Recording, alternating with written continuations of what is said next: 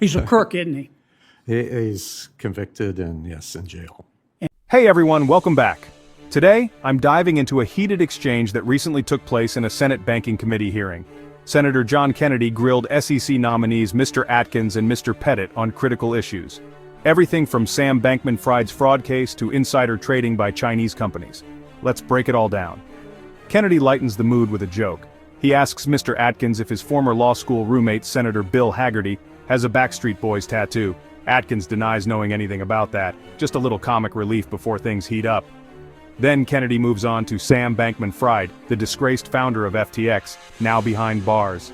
Kennedy points out that Bankman-Fried's parents, Stanford law professors, were involved in their son's fraudulent activities.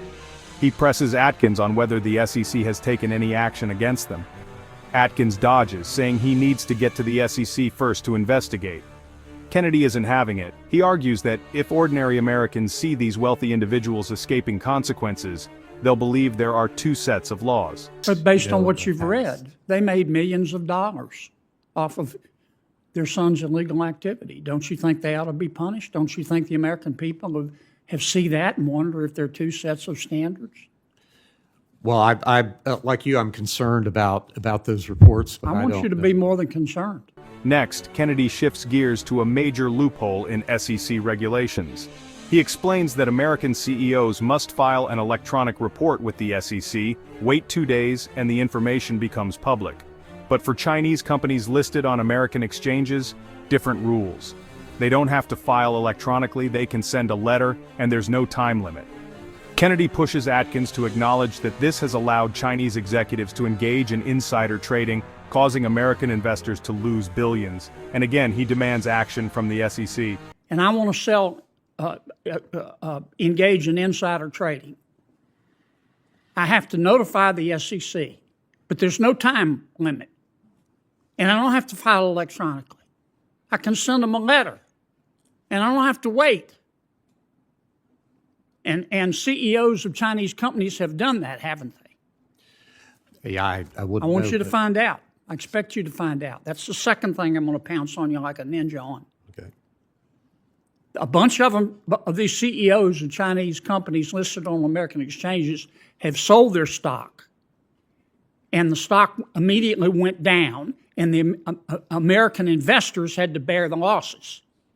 Finally, Kennedy questions Mr. Pettit on the Biden administration's tariff policies.